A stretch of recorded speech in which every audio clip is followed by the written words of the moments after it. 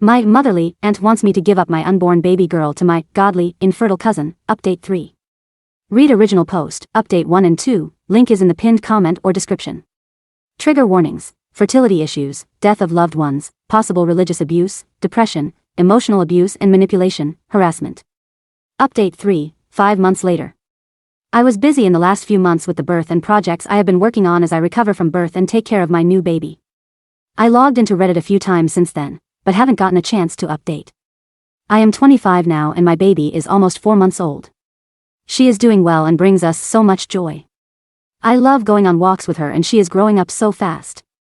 I am planning to go back to work soon, looking for a new job. Thank you all for the concern and well wishes, and I hope everyone is having a great time during the Thanksgiving holiday season. Now, the update that everyone is looking forward to, my cousin and aunt. Since my last update, my cousin and aunt went silent for a while and my cousin didn't respond to my texts.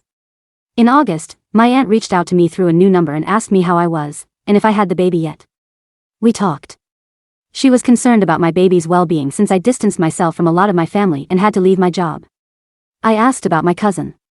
She says they have been trying to adopt a baby through their church connections but nothing has been successful so far, cause they probably just started on that. I asked about whether they consulted with a proper adoption agency but my aunt said that my cousin's husband's past may become a problem, didn't know about that, and she proceeded to rant about how the white birth rate is dropping and how people were actively denying themselves parenthood. She asked me if I still wanted the baby and got angry about 9th-month abortions. She is pro-life with exceptions. I reaffirmed to her that I did and she talked about how my cousin was getting old, but she is in her early 30s, and that her nest is still empty. She wanted me to at least share the joy and let my cousin be in my daughter's life and spend time with her. I told that would not be possible due to their past behavior. I fear that my cousin would try to become her mother and let her delusions get to her again. My aunt said that my cousin was trying to become better and got some church counseling. I still told her no. She then asked me if I knew anyone or any resources to adopt a baby. I told her I didn't and that my cousin and her husband should be careful and patient with trying to become parents. My aunt emphasized how becoming parents was important to my cousin and her husband because they deserved children at this point and for their reputation since everyone around them is reaching the parenthood milestone. She asked about my future family plans and pushed me on when I am going to get pregnant again have my next child. She told me family planning was important, especially after this surprise pregnancy and asked if they could be involved next time. As the call went on, more and more of her past usual behavior became apparent and I was getting tired of it. I wanted to end the call, but she ended it first because she had some activity. Thankfully, I have my sister to keep me in the loop with what's happening with my aunt cousin and other matters regarding my family and my old church. Everything my aunt said was apparently true about my cousin. According to my sister, my cousin's overall mental health seems to have improved from her worst, but she still has her deep depressive periods. She sometimes feels very empty with her lack of children and her worsened relationships with me and my sister. My cousin and her husband are also trying to find an IVF doctor abroad in hopes of a miracle since a lot of their options are shutting down here. My cousin apparently still views my baby as something she lost, but she believes God will give her kids soon and has been trying to get her sins forgiven. We are skipping Thanksgiving with my side of the family in a few days for obvious reasons.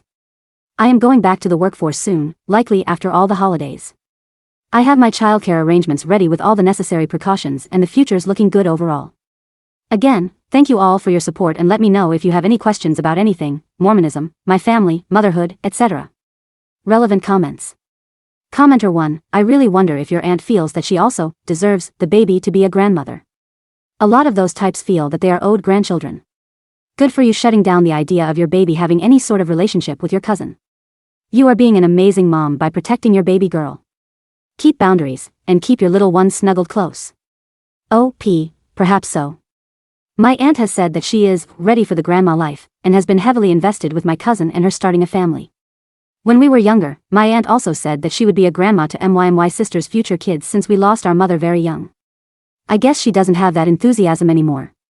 Commenter 2, SW here, the part about your cousin not being able to go through a proper adoption agency because of her cousin's husband's past may become a problem, raised all the red flags. Aside from her infertility, your cousin's choice in a partner sealed their fate. Is she willing to recognize that, rather than demonizing you?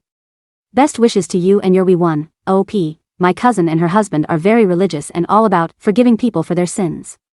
I think she probably forgives him for his troublesome youth. Yet she was nasty to me when I was pregnant and wanted to raise my kid. They are going through their church connections to see if anyone is planning to adopt their baby and other means.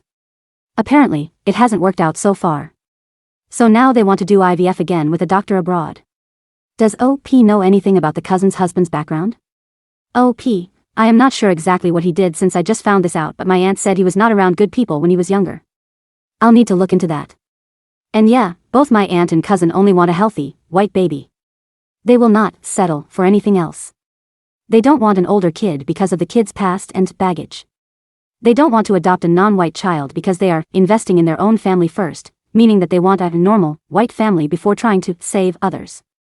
OP explains how religious people don't view infertility as a part of God's plan and if the cousin and her family are against IVF and adoptions. OP, in the case of my family, they do believe it is in God's plan for my cousin to have children at the right time and that her infertility is a test she must endure for motherhood. They have been grasping onto any signs that God is leaving for them. My cousin has always wanted to adopt, or at least she has been saying for a while. They don't mind IVF despite how pro-life they say they are because it's one of the only options they have for the chance of starting a family at this point. IVF worked before, but the baby came very prematurely and passed away right after. They want to go abroad for IVF now because they heard about how there are good and flexible doctors from someone. They think it's in God's plan for them to struggle a bit to start a family and that it will make their family stronger.